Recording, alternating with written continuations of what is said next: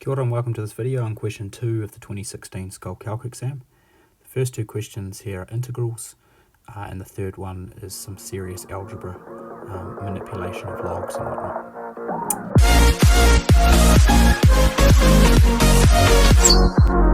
Okay, first part. We've got to integrate or find the definite integral here of sine to the 5 plus cos to the 5. So the first thing is I'm going to split it up. Minus pi over 2 to pi over 2, sine to the 5 plus cos to the 5. Okay, I'm going to split it up because one of the functions is an odd function and we're integrating over a symmetric integral. So it means half of the problem we actually don't need to do.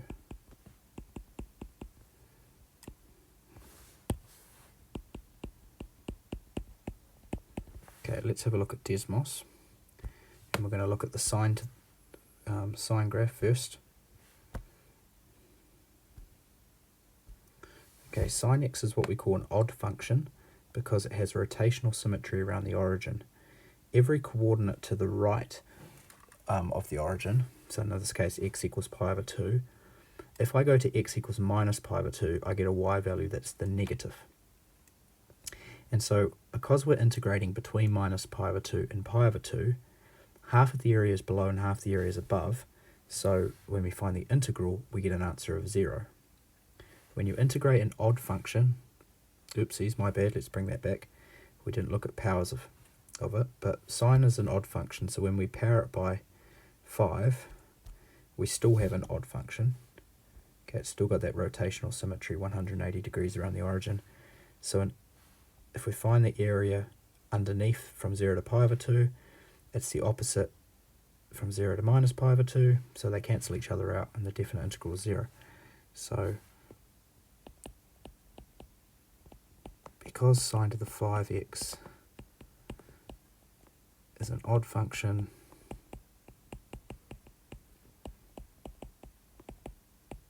being integrated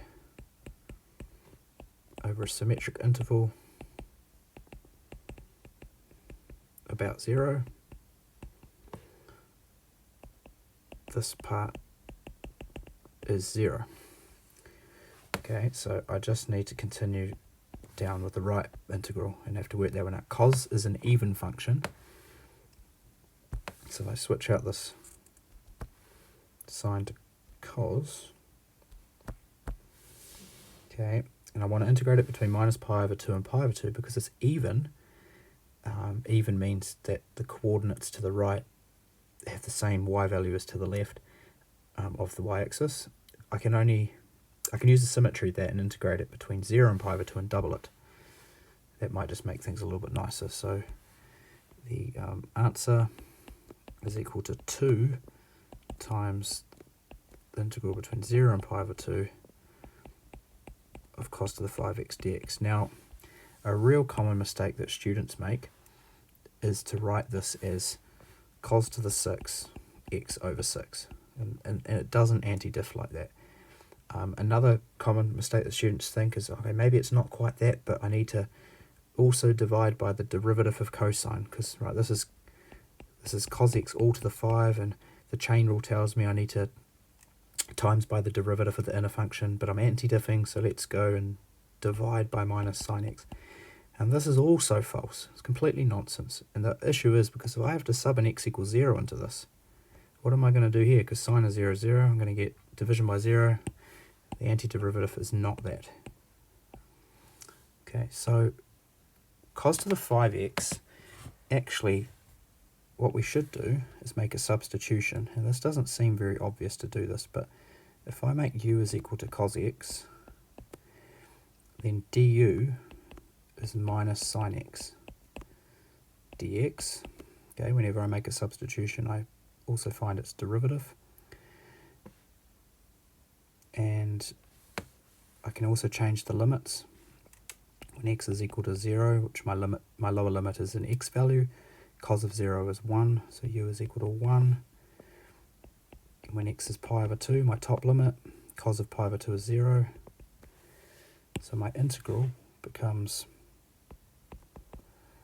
2 integral between 1 and 0, which seems a bit strange. You know, the lower limit is higher than the upper limit. That will sort itself out in a sec. Cos to the 5x, well, I'm making that, I'm going to make that cos to the 4x multiplied by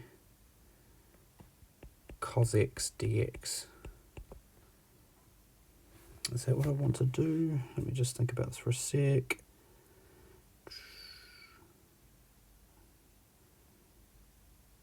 No, because my du is minus sine x dx. Oh, this is a cunning problem. Let's change our substitution. This is even less obvious to do. Make u sine x. You go, wait a minute, it's not even in the problem. How could we do that? And the reason why we do that is when we diff it, we get cos x dx.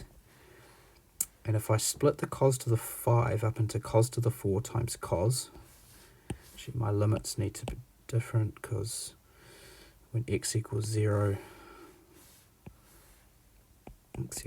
u will be 0, sine of 0, 0, and x equals pi over 2, u is equal to sine of pi over 2, which is 1, so the limits are actually the right way around. Okay, why do we do this? Cos to the 4 is cos squared times cos squared.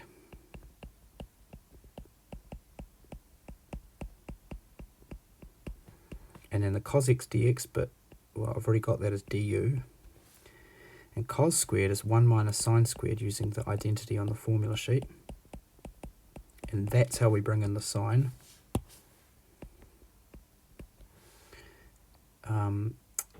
And sine was u, so we've got 1 minus u squared all squared.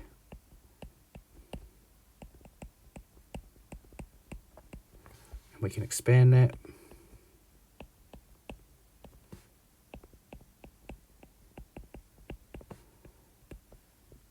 And now we can anti-diff it. U minus 2/3 u cubed plus u to the 5 over 5, evaluated between 1 and 0. Subbing in 1, we get 1 minus 2/3 plus 1/5, and then we times by 2, we've got 16/15. Okay, and that there is the answer to the problem, because right at the start, we could have used our graphics calculator to find that. Because if I just, and I'll use Desmos, but you can do this on your graphics calculator, ask your teacher if you don't know how.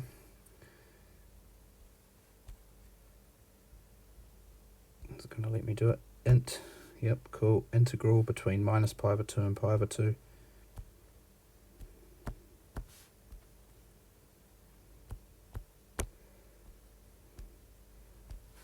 I won't bother putting the sign of the 5 in because that part's 0, but if you did, it wouldn't affect the answer. There we go, 1.06667, which is 16/15. So calculators do definite integrals, so you would have known what answer you were heading for. Okay, part B. Consider this integral, in equals the integral between 0 and pi over 2 of sine 2nx over sine of x dx, where n is greater than or equal to 0, and it's actually a whole number. So we're talking 0, 1, 2, 3, and so on. Now this is an example of a recursive integral. It turns out that the integral itself, in, cannot be worked out, but the difference between two successive integrals can be. And you wouldn't know this in an exam, but if you played around with this and tried to somehow integrate this, gosh, I don't know what technique I would even start with, you won't get anywhere because it doesn't have an antiderivative. Lots of functions don't have antiderivatives. I'm just going to head to Wolfram Alpha for that, and I'm going to try we'll try n equals 4. Just pulled 4 out of thin air, right? So if we want to integrate, oh, this is an earlier problem that I've done. What are we doing? Integrate N was 4, so the top was sine 2nx, so sine 8x, divided by the denominator, which was sine x. Now don't worry about my limits, because I'm just going to show you that it doesn't have an antiderivative. Oh, it does. I lied.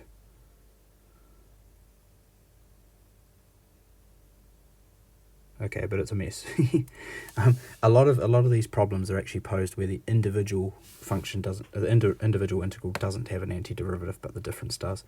This one actually we could work out separately. Let's see if I. No, I'm not going to bother with that anymore. Okay. Anyways, the individual one is difficult, but apparently the difference can be worked out quite nicely. So don't try and find this, but let's just go straight to the left-hand side. Equals in minus 1. The difference between two successive integrals. Okay, so we're integrating between 0 and pi over 2 sine 2nx over sine x. And we're minusing integral between 0 and pi over 2 of sine 2. Be careful of this, n is now n minus 1. Okay, and these integrals both have the same limits, and the difference of two integrals is the integral of the difference. So we can rewrite this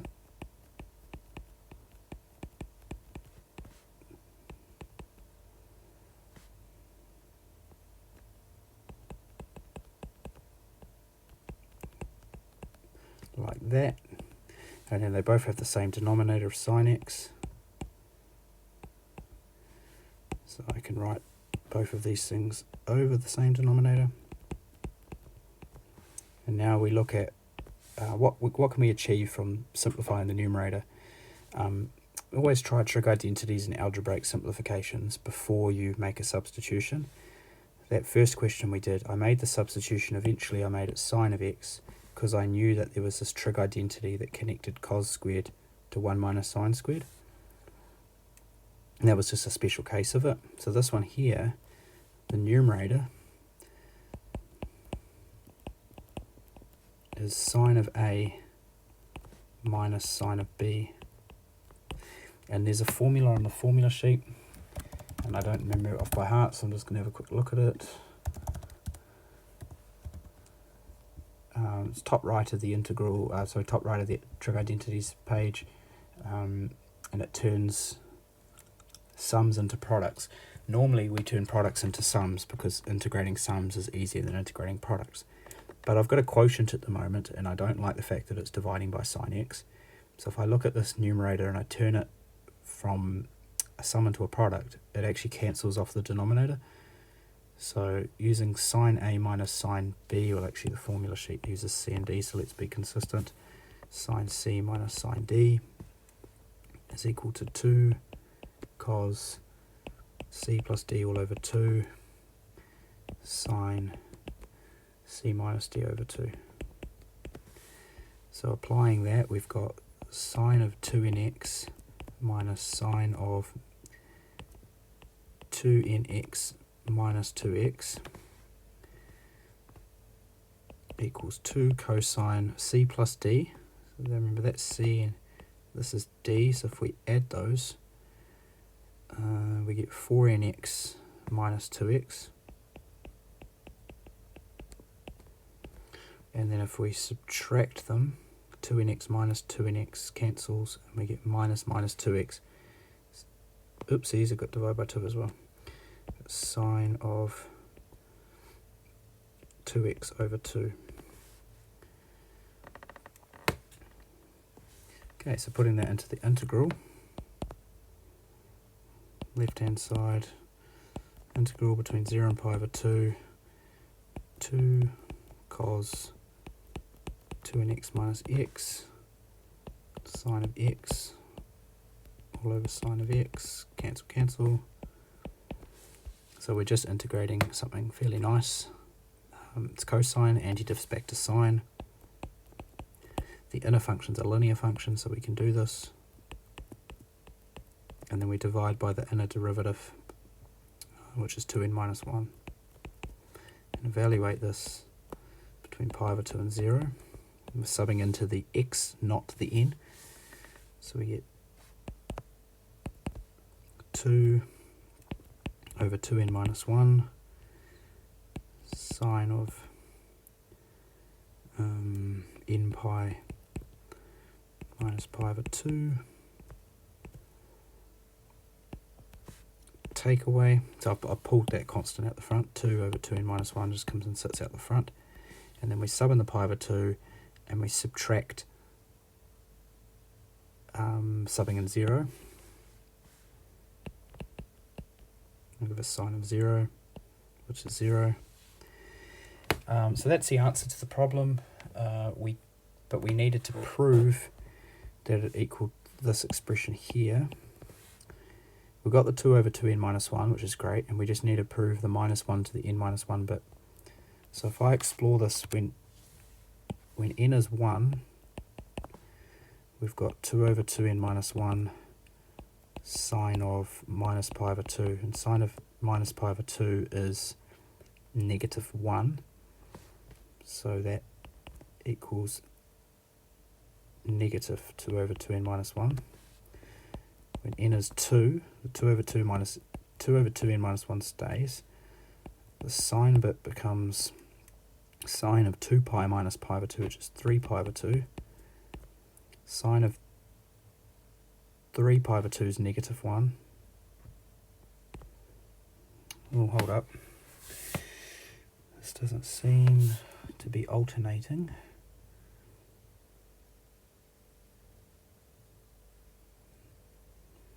Is there a mistake somewhere?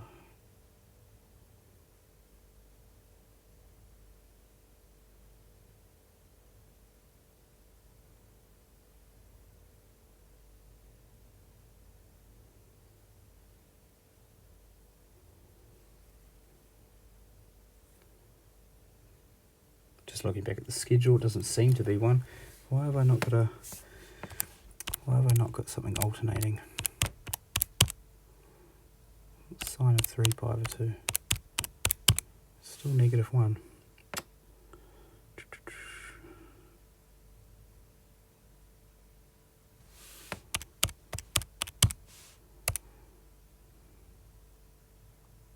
Oh no, silly me.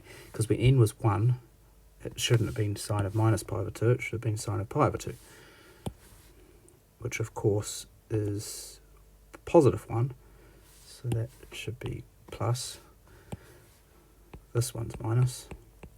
And you do n equals 3, and you'll see it's 2 over 2n minus 1 times sine of 5 pi over 2, which goes back to the positive 1. And then n equals 4. We'll go to 7 pi over 2, which goes back to the negative 1. So when n is even, it's negative, and when n is odd, it's positive. So therefore, the left-hand side equals 2 over 2n minus 1 times minus 1 to the n minus 1. Yep. We get an odd power, it will be minus 1. We get an even power, it will be positive 1. Okay, third question. Given some information about logs, and we've got to find log base tan of theta of sine of theta in terms of k. This question's a lot easier if you had the answer, but we don't. We've got to come to an expression that's only got k's in it. Okay, so first up, given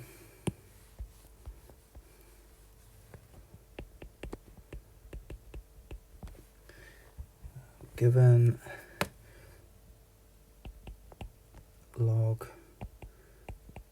what a weird base to have, tan theta plus cot theta,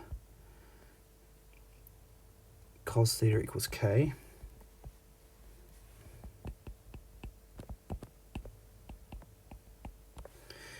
Find log tan sine in terms of k.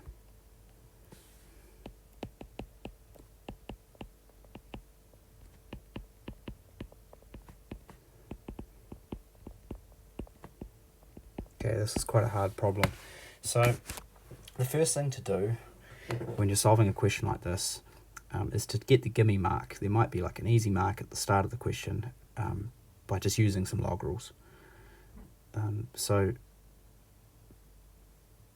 to get rid of a log, we use the base and power it, so tan theta plus cot theta all to the power of the left hand side, tan theta plus cot theta all to the power of the right hand side. Those will cancel and we're left with a new equation, tan theta plus cot theta to the power of k is equal to cos theta. Now, the way I see that is I don't want to expand that thing to the power of k, but I also, in the answer, I want sine thetas in there, so I'm going to switch out a tan and cotan and make this sine theta over cos theta plus cos theta over sine theta to the power of k equals cos theta. And then I'm going to put these fractions together, so I've got sine squared theta plus cos squared theta over cos theta sine theta all to the k is cos theta. Now that numerator there is equal to 1. It's a trig identity. Sine squared plus cos squared equals 1, which we used in the part A of this question. So I've got 1 over cos theta sine theta all to the k, which is a lot easier to power. Like I started off with tan plus cotan. To power that I need the binomial expansion, but this thing is just one term to the power of k. So if I power that, I get 1 to the power of k is 1, and I get cos to the k theta sine to the k theta equals cos theta, or 1 is equal to cos to the k plus 1 theta sine to the k theta if I cross multiply. Okay, so this is going to be one of the equations that I use.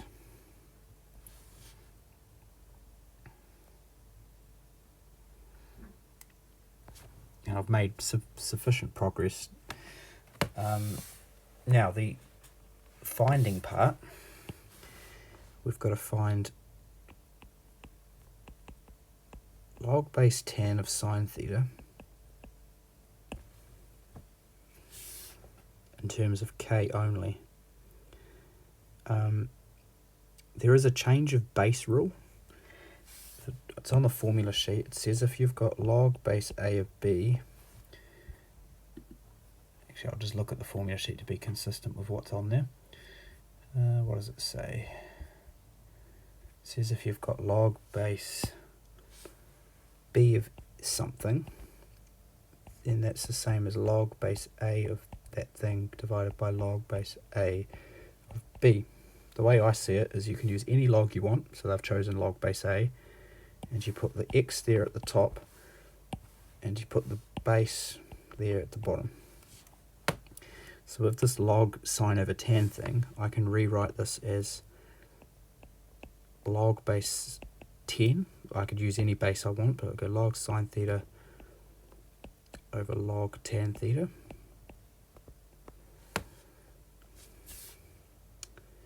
And that is log sine theta over log sine theta over cos theta, getting out of the tans. And that is log sine theta, and using the fact that, and I thought about this here, log a over log b, there's no simplification rule for that to like write it as a minus b. It's when we get a division, like I've arrived at here, the log of a division is the difference between those logs. So I can write this as log sine theta minus log cos theta. Okay, which is kind of close to where we were aiming for.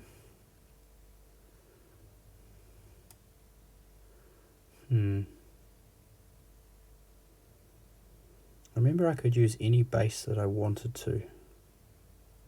I had options if I go into base 10, I've just created myself a little bit of a problem. So how about instead of base 10, I go to base sine of theta. This is me trying to get out of a sticky problem here.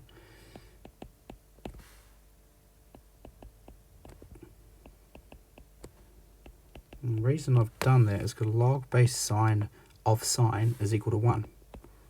Okay, they're the opposites of one another.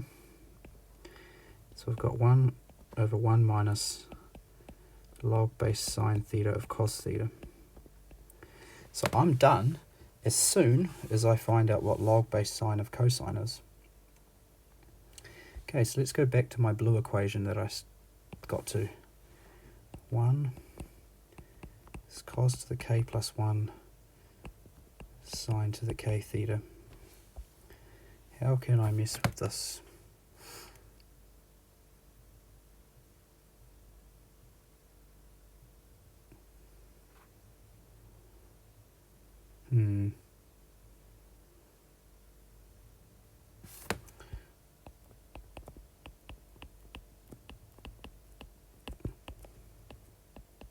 It's cos to the k, sine to the k with another cos.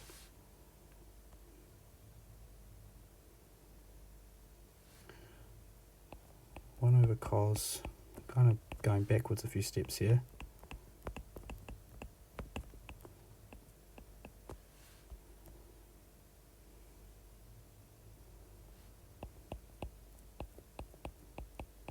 Log both sides of that. I can bring the k down.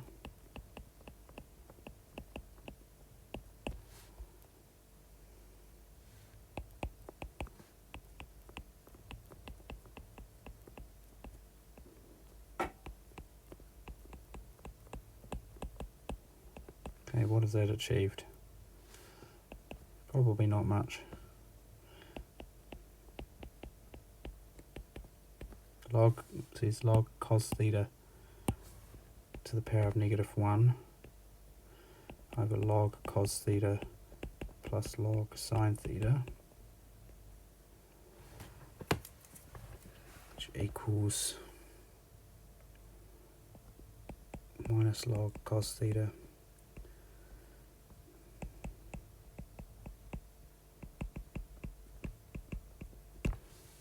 Okay, I'm gonna bring the sines back in there. So log base sine theta, because it didn't really matter what base I used.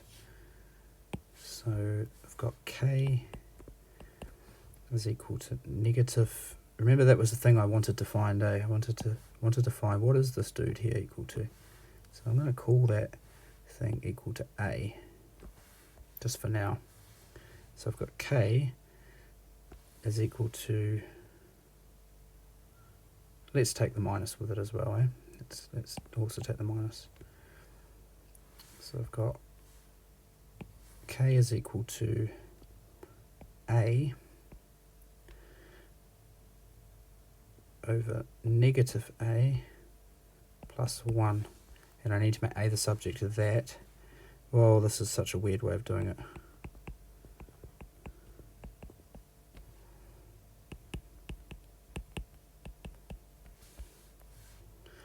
Pretty sure this is what the schedule does.